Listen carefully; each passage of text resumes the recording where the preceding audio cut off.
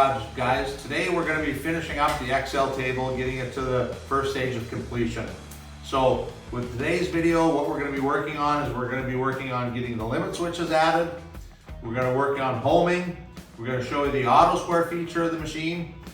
And the final thing we're going to cover today, guys, is the water pan. How we went about making a water pan using two pre-bought pans. We're going to show how the slats go together, and we're going to show some cutting on the machine. So we're going to go ahead and get the micro switch mounted for the end stop and the auto squaring on the y-axis. So we're working on this side. We're going to pull the y-axis all the way back till the bearing block's hitting on these Y connection plates. So we're going to hard stop it against that. We're going to take the recommended screw. We're going to screw the jam nut on. We're going to screw it all the way in to start with. And then this activation, 3D printed activation bracket is going to mount right into the bearing block. So we're going to set it on there. We're going to use our screws.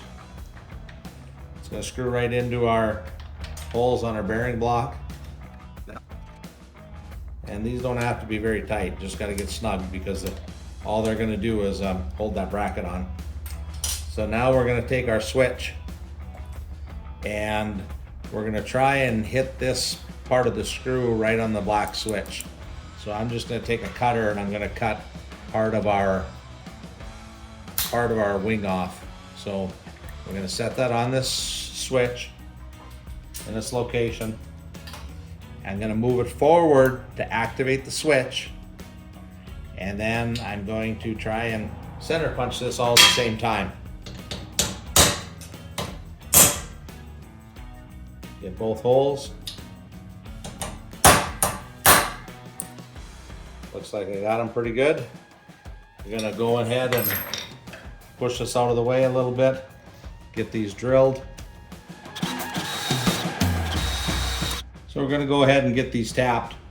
A little bit of a tap magic on them.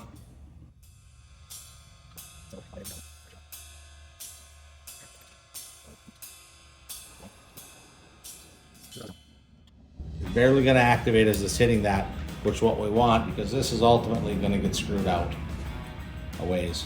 We'll go through that. We'll go ahead and get the other switches mounted. So again, I got this screwed in all the way and got the jam nut on. So I'm going to set it in place and get it screwed into the bearing block. Just snug. I'm going to trim off my tab again.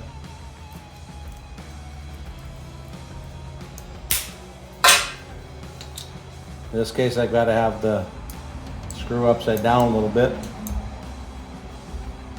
or the switch upside down, because we want the wires coming to the inside. So I'm going to push it all the way, move this back, push it all the way forward so the switch activates. Use my transfer punch.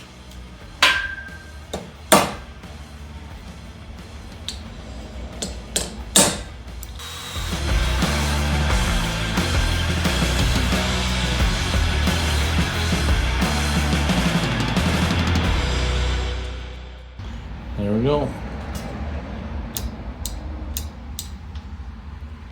All right, we'll move on.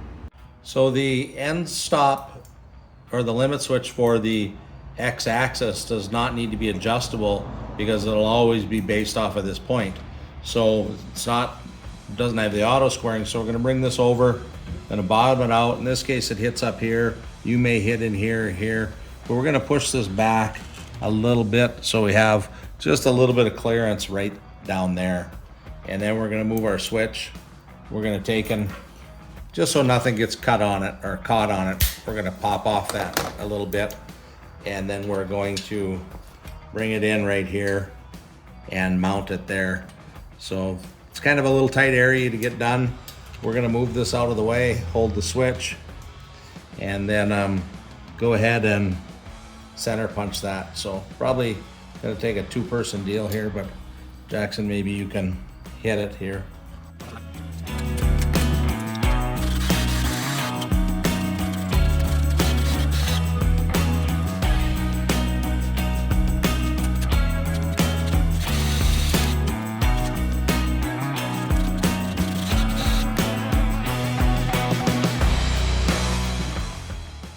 Bring this over.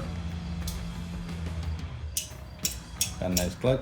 And our Z-axis already has it mounted in it already. So we've got the floating Z plus the limit that we can see activate right there. So got our 4 limit switches on. We're gonna go ahead and get these wired up. So we got all our limit switch cables made, and we just put the aviation connector on it and a couple of female spade terminals on the end. So we'll get these hooked up. We've got them all labeled where they go. This one's short because it goes to our Y1. We're gonna take the black wires and we're gonna hook it to common. And then we're gonna take the red wires on all of them and hook them up to the normally closed. Got everything wired up. We got the auto square ready to test. I'm gonna move this back a little bit, and then I'm gonna make it out of whack. So you can see we're about 8 inches and about 3 inches. So we're gonna see if our machine squares up.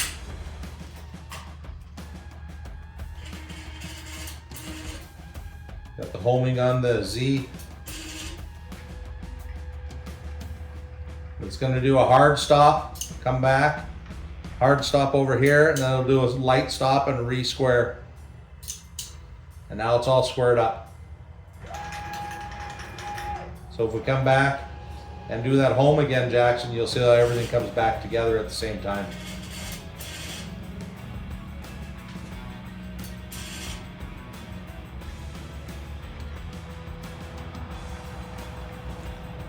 These two should activate on the fast home, and then it'll redo on the slow home.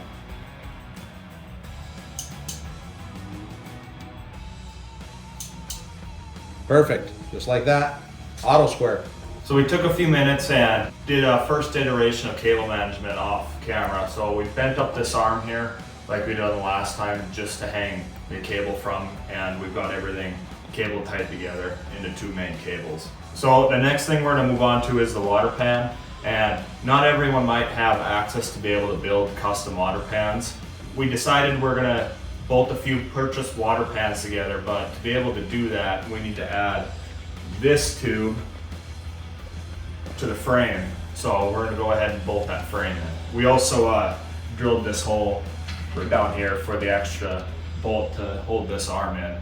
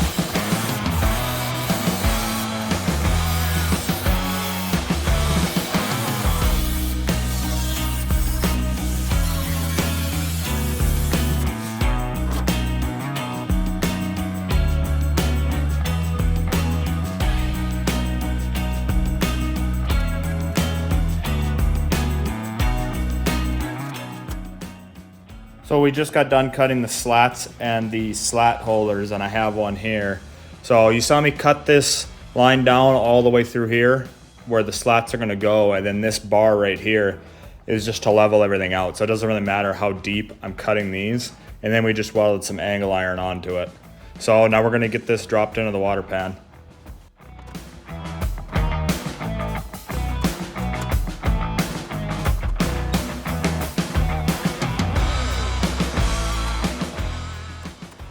Okay, so we're gonna do the very first cut job on this machine. We've got water in our water pan. We've got a piece of 1/8 inch metal, and what we're gonna do is we're gonna cut just a triangle to make sure our squareness is set. So the first thing we're gonna do is actually hone the machine to quote unquote square it off as it is now.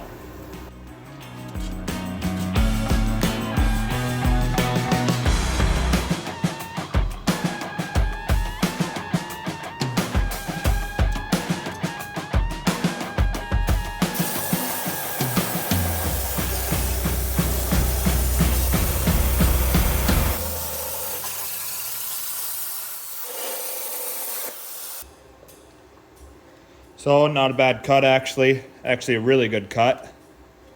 Not much slag. So we're gonna take it to a square and make sure that this triangle, this angle right here is actually square.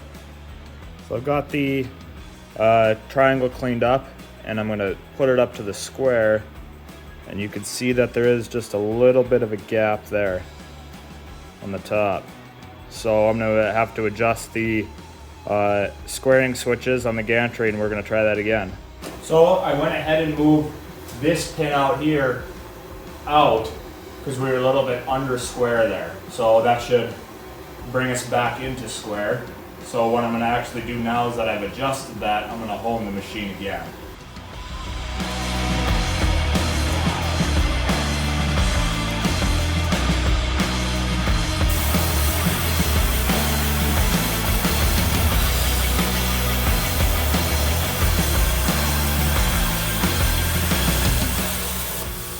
So we just pulled that triangle out.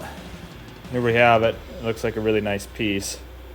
So I'm gonna put that on my square, and it looks like I overdid it. Now we are over square. You can see a gap in the right there. So I'm gonna have to adjust it again and run it again.